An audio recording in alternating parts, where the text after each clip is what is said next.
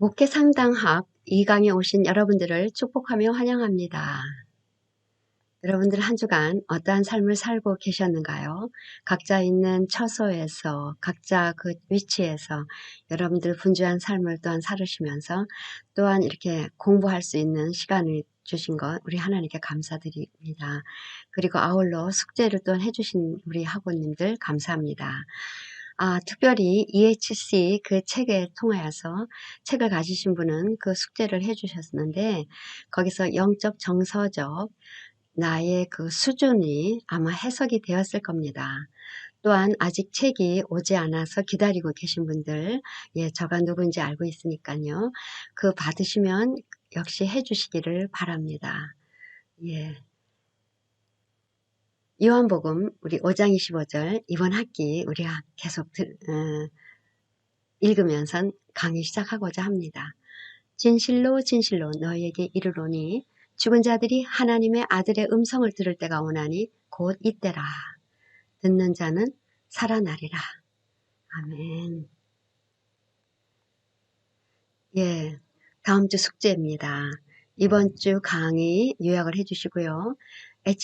EHC 6장 7장 읽으시고 157에서 160페이지에 있는 패밀리 트리 여러분들 해주시기 바랍니다. 이 가계도를 그려본 적이 있는 분도 있을 것이며 없으신 분들은 그 책에 다윗의 가족에 대해서 나왔는데 여러분 각자의 3대에 걸쳐서 해주시기 바랍니다.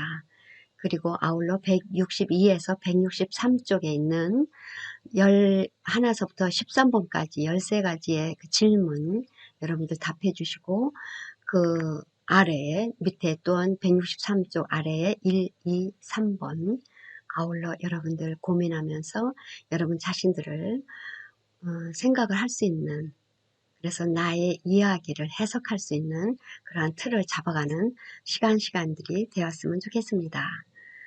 SFG는 6장에서 11장까지 읽으시고요. 각장 서머리 해주시면 감사하고요. 특별히 이 책을 영어로 읽으시는 분은 3장, 4장이 되겠고 각 장에 Thinking Again, 다시 생각해보기 그것을 여러분들이 꼭 그것을 해서 저한테 이메일 보내주시면 되겠습니다. 그리고 이번 주에 특별히 여러분의 사진이나 여러분 가족 사진을 첨부해서 보내주시기 바랍니다. 아시죠? 화요일 전까지 숙제 보내주시면 출석과 그 모든 과제가 완성이 되는 겁니다. 그럼 제2강 목회 상담의 특성에 대해서 나누고자 합니다. 일반적으로 교회 내에서 목회 상담은 그 교인이 어떠한 문제가 생겼거나 그 고민거리가 있을 때 목사님과 자연적으로 만나서 얘기하죠. 그래서 그런 상담은 주로 목사님이 위로와 권면해 주시고 교회는 그것을 받았고 그것을 긍정적으로 이제 생각하게 되는 그러한 상황이 되죠. 근데 이제 교회 내의 목회 상황을 이렇게 이제 볼 것 같으면 그 현장에서 경험하는 것은 정말 상담 시간과 상담적 관계의 형성을 통한 목회 돌봄과 상담이 아니라는 것입니다. 일반적인 상담가하고는 구분이 되는 거죠. 왜냐하면 쉴 새 없이 몰아치는 목회 현장의 다종다양한 요구와 그에 대한 화급한 반응들을 해야 되기 때문에 그렇게 상담 시간을 정해서 몇 회 얘기를 하고 문제까지 이러한 관계가 목회적 돌봄과 상담이 로는 아니라는 겁니다. 목회 상담의 이것이 특성이 되겠는데요. 그래서 한국 목회에는 목회 상담의 그 상황을 살펴보면 언제부터 이런 목회 상담이라는 말이 생겼나 보니까 1950년도 부산 피난 시절에 연희대학교 신학부에서 이완식 목사님을 통하여서 목회 문의학이라는 과목이 효시가 됐다고 합니다. 그 이완신 목사님이 그렇게 목회 상담에 관한 것을 가리키면서 이제 어떻게 목회 상담을 어떻게 할 것인가 그런 공부를 시작을 하면서 1950년대 후반에 가서는 보스턴에서 공부하고 돌아온 한승호 목사님이 칼 로저스 방식의 인간 중심의 상담 운동을 시작을 했습니다. 근데 아시겠지만 그 상담을 공부하신 분들은 칼 로저스의 인간 중심의 상담, 굉장히 유명한 이론이죠. 그것을 보면 내담자 중심인 거죠. 내담자 중심으로 자기 자신의 능력을 인식하고 수용할 수 있도록 상담자는 도와주는 겁니다. 그러니까 내담자 스스로가 자기 자신을 인식하는 거예요. 나에게는 이러한 힘이 있고 나는 이런 것을 할 수 있다라고 자기 자신을 수용할 수 있도록 하는 그러한 인간 중심의 상담 방법이 한동안 이렇게 이제 유행을 하게 되면서 현재 우리나라에서 신학대학이 이게 지금은 아마 더 많을 것 같은데요. 군소신학까지 다 합하면은 그 신학대학에서 목회 상담 분야의 전임 교수가 있어요. 근데 목회 상담의 전임 교수가 이제는 웬만한 신학대학교에서는 이제는 그 분야를 가르치게 됐는데, 특별히 임상목회 교육 해갖고 CPE, 그 신학교를 중심으로 그 한국 교회 목회자들에게 목회 상담의 필요성과 그 실제를 접할 기회를 부여하고 있는 것도 굉장히 주목할 만한 것입니다. 임상 목회 교육, 이것을 우리가 CPE라고 Clinical Pastoral Education, 그 옛날에 70년대만 하더라도 그 당시에는 이 CPE 과정이 신학대학교에서 없었어요. 근데 지금은 아마 그렇게 하고 있는가 보죠. 이렇게 이러한 실제를 접할 수 있는 기회가 굉장히 도움이 될 겁니다. 그럼 미국에서는 어떤가? 미국의 목회는 우리가 지난 시간에서도 얘기했지만, 이 미국 목회는 심리치료와 아울러 더불어서 이들은 목회 상담을 했었습니다. 보스턴의 임마누엘 운동이라고 해서 언어와 심리의 역동적 관계가 체계적으로 해석되면서 언어를 통한 심리치료가 교회 목회에 도입되기를 시작했습니다. 이러한 것들이 이제 목회 상담에 이제는 미국에서도 이제 시작이 된 건데, 그러면서 2차 세계대전이 일어나면서 굉장히 많은 문제가 생겼죠. 미국 가정에 심리적, 사회적, 가정적 많은 상담의 문제를 안게 되면서 목회 현장에 이 상담의 필요성을 많이 깨닫게 됩니다. 여러분들 잘 아시지만 PTSD, 외상 후 스트레스 장애, 우리가 그렇게 말을 하잖아요. PTSD, Post Traumatic Stress Disorder. 사람이 전쟁이나 혹은 어떤 고문을 당하거나 자연재해를 당하거나 사고 등을 당할 때에 그때 그런 사건들을 경험한 후에 그 사건에 대한 공포감을 느끼고 사건 후에도 계속적인 그러한 경험을 통해서 고통을 느껴요. 그래서 거기서 벗어나기 위해서 에너지를 소비하게 되는 질환인데, 굉장히 정상적으로 사회생활에 부정적인 영향을 끼치게 되는 아주 굉장히 참 무섭죠. 외상 후 스트레스 장애. 그래서 미국에서는 2차 대전 후에 전쟁을 갔다 온 그 남자들과 또한 집에서 남편 없이 애를 키우면서 있었던, 그리고 남편이 돌아와서 그 가정에 복합적인 여러 문제가 있었기 때문에 그 큰 병원에서는 그렇게 PTSD를 경험하는 그 군인자들끼리 그룹으로 만들어서 그들을 돕는, 그들을 치료하는 기법들이 많이 개발되고 있었습니다. 그러면서 그 가족도 역시 같이 다른 그룹으로, 그러한 가족끼리 또한 그룹으로 해서 그들을 치료하는 법이 굉장히 많이 성행을 했었습니다.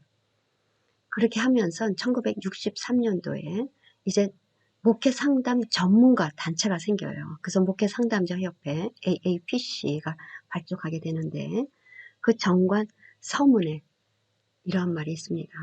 넓은 의미에서 모든 성직자는 일종의 목회 상담을 하게 되어 있음을 우리는 인정한다. 그러나 이 협회의 1차적인 관심은 특수한 훈련과 경험을 통하여 자신들을 전문가라고 규정하는 성직자들에게 있다.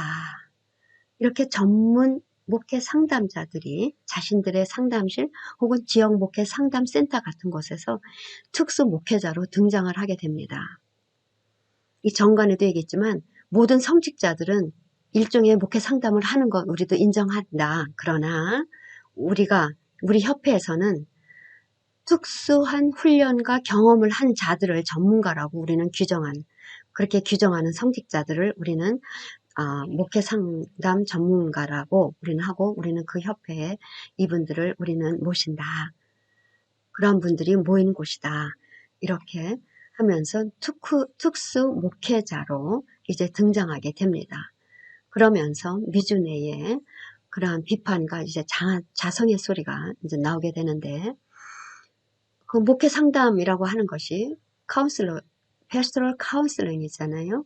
근데 전문 목회 상담자가 생기면서, 그런 센터가 생기면서 내담자를 후원하는 교회나 단체로부터 상담료를 받게 됩니다.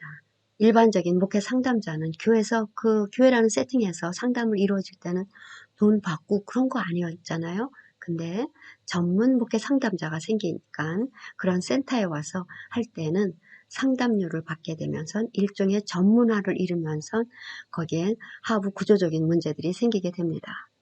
그러면서 전문화가 되어 갈수록 그 전통적인 목회 돌봄, pastoral care라는 개념이 사라지게 되는 겁니다. 그래서 목회 돌봄과 상담이 도덕적이고 영적 배경을 이렇게 없어지면서 기독교적 도덕과 영성의 전통성을 상실하게 되어가고 있는 것을 힐트너가 강력하게 아주 지적을 했는데, 그분은 시카고 대학 신학부의 실천신학 교수로 있는 분이, 왜냐하면은 그분들의 그 전문화를 이룬 분들은 현대 심리학의 이론과 치료법에 의존을 하고 있다라는 겁니다. 그래서 그런 전통적인 교회 돌봄이라는 개념이 사라지는 거에 대해서 이것은 아니다라는 것을 지적을 하면서, 그 시기에 또한 영국에서도 전통적인 목회 돌봄을 새롭게 재발견할 것을 주창을 합니다. 캠벨 박사님이 그것을 주창하는데, 심리학과 전문화의 포로가 된 현대 목회 상담을 재조정해.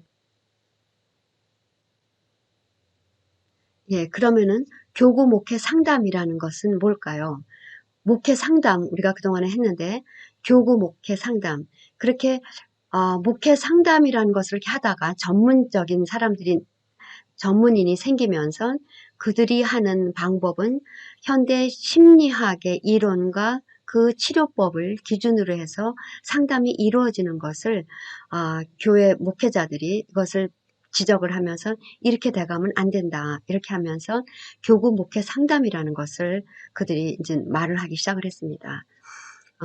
그 안성모 뇌의 그 목회 상담 이론 입문의 그 책에 뭐라고 얘기했냐면, 교구 목회 상담이란 그리스도를 표상하는 목회자가 자신이 목회하는 교회, 즉 교구 현장이라는 구조에서 그리스도의 복음과 그 자원을 가지고 어려움에 처한 교인들을 돌보고 상담하고 그 문제점 상황을 극복하거나 개선하면서 그 속에서 그리스도의 은총과 사랑을 경험하도록 돕는 행위다라고 이야기를 합니다. 이것을 교구 목회 상담이라고 이들은 얘기를 합니다. 이들은 그 AAPC에 속해져 있지는 않지만, 그들이 그런 교구 목회 상담은 우리는 이렇게 해야 되겠다, 이렇게 하면서 그 상담의 특성을 4가지로 얘기를 합니다. 교구라는 세팅, 내담자의 기대감, 목회자의 주도 가능성, 상담의 목표와 한계가 있다라고 그 특성을 발표하면서, 첫 번째, 교구라는 세팅은 뭘까요? 말 그대로 교구 목회 상담의 세팅이란 교회 현장 그 자체에서 상담이 이루어지는 겁니다. 예배와 기도라는 일상적인 교구 목회 행위의 연장선상에서 면담이 이루어지는 것을 볼 수가 있어요. 그래서 목회 상담자는 그 목사님의 실, 서재에서만 역할을 수행하는 것이 아닌 거죠. 설교나 예배뿐만 아니라 교육을 하고 친교, 선교와 봉사활동, 교회 행정, 치리, 관계 이러한 모든 교회 공동체적인 전반적인 상황에서 이미 상담이 이루어지고 있는 겁니다. 교구 목회 상담은 장기적인 거죠. 몇 회기로 끝나는 것이 아니죠. 그리고 정기적인 상담이 그래서 실질적으로 여러 면에서는 제약을 받게 됩니다. 두 번째는 내담자의 기대가 있습니다. 교구라는 세팅의 상담은 교회라는 독특한 기대감을 갖는데 이것은 신앙적인 기관이 갖는 성격에 기인하겠죠. 그래서 교인은 무엇보다도 심령의 상태와 문제에 대한 목회자에게 우선적으로 신뢰와 의리심이 있어요. 그 심령의 문제는 단순히 마음만의 문제가 아니라 아주 복합적인 삶의 문제가 게재가 되죠.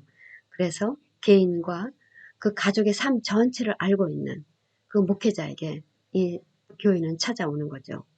목회자에게 올 때 목회자의 종교적 도덕적 권위 때문에 찾아오고 또한 그들의 그러한 도덕적인 내용이나 상담의 내용이나 방향성이 종교적이나 도덕적 성격을 띠는 경우가 많은 것을 우리는 알 수가 있습니다. 그리고 교인들은 상담을 통해서 단순한 지지와 격려를 받기 원하죠. 그리고 교인의 기대감은 종교적이고 목사의 종교적인 권위에 이끌림을 받기를 원하죠. 그리고 목사님 앞에 모든 감정을 표출해내면서 심리적 역동성을 보이게 됩니다. 우리가 여기서 아주 간과해야 할 것은 상담자로서 목회 상담자는 우리가 첫 번째 할 것이 경청, 우리가 듣는 것 굉장히 첫 번째로 중요하다고 했는데요. 그와 같은 동일선상에서 중요한 것은 비밀 보장입니다. confidentiality, 이 비밀 보장이라는 것이 되어 있지 않으면 교인들은 목회자를 찾아올 수가 없어요. 예, 그래서 우리 목사님은 내가 한 얘기는 목사님만 알고 있다.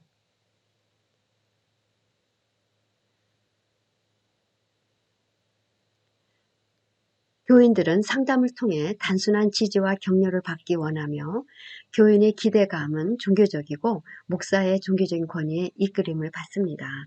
목회자 앞에 모든 감정을 표출해냄으로써 자기 내면의 심리적인 역동성을 보이게 되는 것입니다.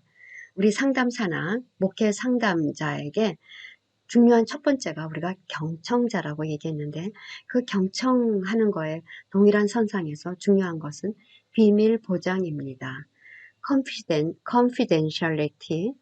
confidentiality 얼마나 중요한지요.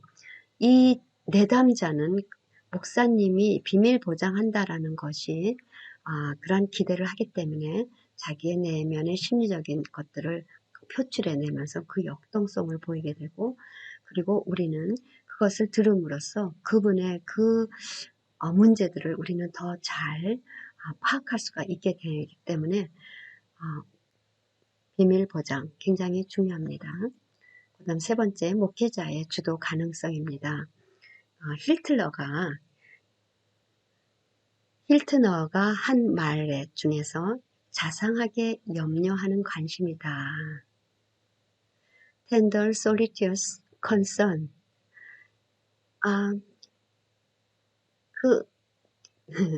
자상하게 염려하는 관심이다. 그 말을 그대로 이렇게 이제 의역을 했는데요. 그 목회자라는 그 직업 우리가 생각을 해보면 우리가 사람을 돕는 직업이나 직책 중에서 도움을 베푸는 사람이 도움을 필요로 하는 사람에게 다가가 그 심령상의 형편을 묻는 일을 자유로이 할 수 있는 것은 목회자뿐일 거라는 것이죠. 그죠? 그것은 목회자가 가진 영적 특권과 또한 의무도 되는 겁니다. 그래서 교인들의 심령상의 안위를 묻고 개입할 수 있는 거예요. 그래서 목회자 주도의 가능성이에요. 이 목회 상담 특성은, 교구 목회 특성은. 그래서 목회자가 그 상담으로 교인을 초청해서 그 여러 가지 대화 속에서 그 격려와 또한 그 목회상의 정보도 나눠주며 또한 그 교인과 대화하면서 그 교인이 어느 집사에게 어떠한 문제가 있다라는 이야기를 들을 때 또한 그래서 그 집사님을 향하여 또한 이렇게 다가가서 상담을 요청을 할 수 있고 이러한 신앙에 관한 여러 대화들을 목회자가 주도를 할 수가 있는 것이 특성입니다. 교구 목회 상담의 아주 특수한 장점이 되겠죠. 그리고 이 상담의 목표와 한계인데요. 교구 목회 상담의 문제들은 만성적인 성격을 띠는 것이 대부분이기 때문에 시작과 끝이 불분명할 경우가 많아요. 일반 상담은 몇 회기로 끝나지만 목회 상담은 교인들의 생 전체가 관심사예요. 그 교인이 교회를 떠나서 다른 교회를 갔으면은 뭐 끝나겠지만 돌보아야 하는 생 전체를 관심하며 돌보아야 하는 목장이 되는 것입니다. 그래서 교구 목회 상담의 목표는 단순한 문제 해결이기보다는 교인의 영적 성장이요. 구원과 구속의 삶 가운데에 누리는 평안과 기쁨의 삶을 향한 끝없는 전진과 순례의 과정이 되는 것입니다. 그래서 교구 목회 상담이 지닌 독특한 상담 목표요. 동시에 이것은 한계가 될 수밖에 없습니다. 그러나 도리어 이것이 이러한 돌봄과 상담은 영구적인 변화와 전환점을 이룰 수 있는 장점도 포함이 됩니다. 그러면 교구 목회 상담의 가능성이 무엇일까요? 네, 그 교구 목회 상담의 거기에는 그 교회라는 특수한 세팅이 지닌 힘이 있죠. 이것은 관계적인 공동체의 특성에 기반을 합니다. 이 교구는 예배와 봉사, 신앙, 전도 이런 모든 교구 활동을 통해서 일종의 구심점을 보이고 이런 공동체 활동을 통하여서 상담이 이루어지기 때문에 예비 목회 상담적 활동을 펼칠 수가 있다는 겁니다. 그래서 돌봄과 상담의 측면에서 교구 목회 상담의 근원적인 자원은 바로 목회자예요. 그래서 그 목회자를 지역 내 상담자로 우리는 이렇게 볼 수가 있는 거죠. 그리고 그 목회자가 또 이러한 스타일, 헨리 에머스 퍼스딕이라는 분이 설교 스타일이 있었는데요. 그분의 설교 스타일은 어떠냐면 그분은 그 교인들의 삶 속에 그 아픔과 기쁨을 표현해주고 그 설교 속에 치유, 돌봄, 그 설교자가 굉장히 깊은 이해심과 심리적인 그런 통찰력이 있어서 그렇게 설교를 감당할 때에 그 예배 드리는 예배석에 있는 모든 그 교인들이 꼭 내가 지금 상담을 받고 있는 것처럼 느끼는 경우예요.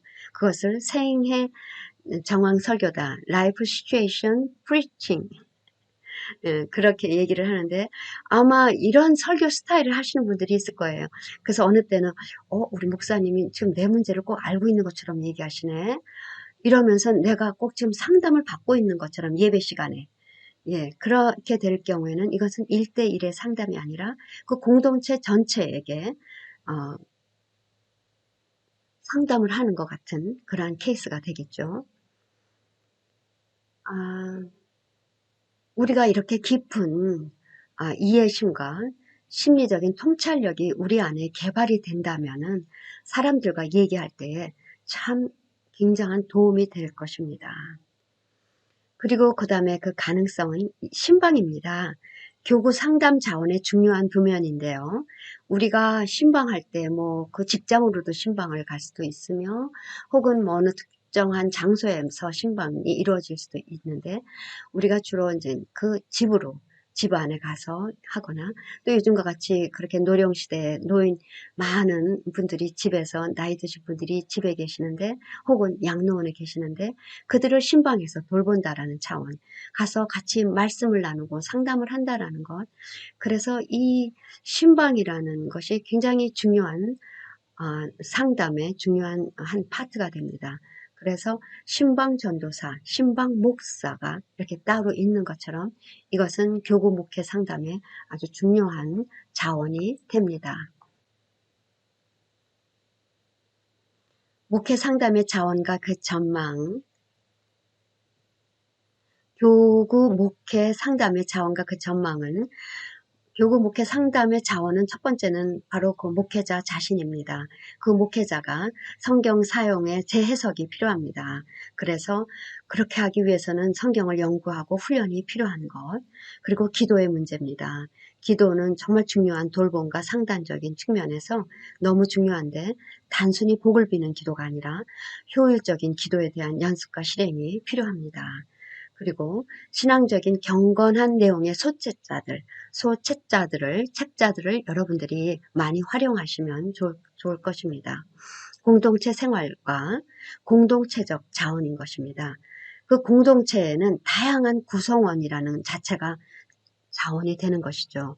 그래서 그 교구 내에 전문인을 활용해서 위탁할 수가 있고, 또한 그 상담이 가능한 분들은, 그런 분들은 큰 자원이 됩니다. 예, 오늘 이렇게 여러분들과 함께 교구 목회 상담의 특성과 그 가능성, 또한 그 자원, 전망 거에 대해서 나눴는데, 여러분들의 이러한 것들에 대한 지식과 또한 책을 읽으면서 여러분들이 많은 것들을 더 많이 습득을 하실 수 있으면 좋겠습니다. 예, 강의 끝나기 전에 요한복음 5장 25절 다시 한번 같이 봉독합니다. 진실로 진실로 너희에게 이르노니 죽은 자들이 하나님의 아들의 음성을 들을 때가 오나니 곧 이때라. 듣는 자는 살아나리라. 예, 저는 여러분들을 돕고자 합니다. 여러분들이 저에게 뭐 질문이나 뭐 여러 기타 다른 일들이 있으면 이메일을 해주시면 제가 성실껏 도울 데까지 돕기를 원합니다. 네, 오늘도 강의 듣는 수고 많이 하셨습니다. 어려운 시대에 목회 상담자로 부르신 여러분들을 축복하며 응원하며 기도합니다. 감사합니다.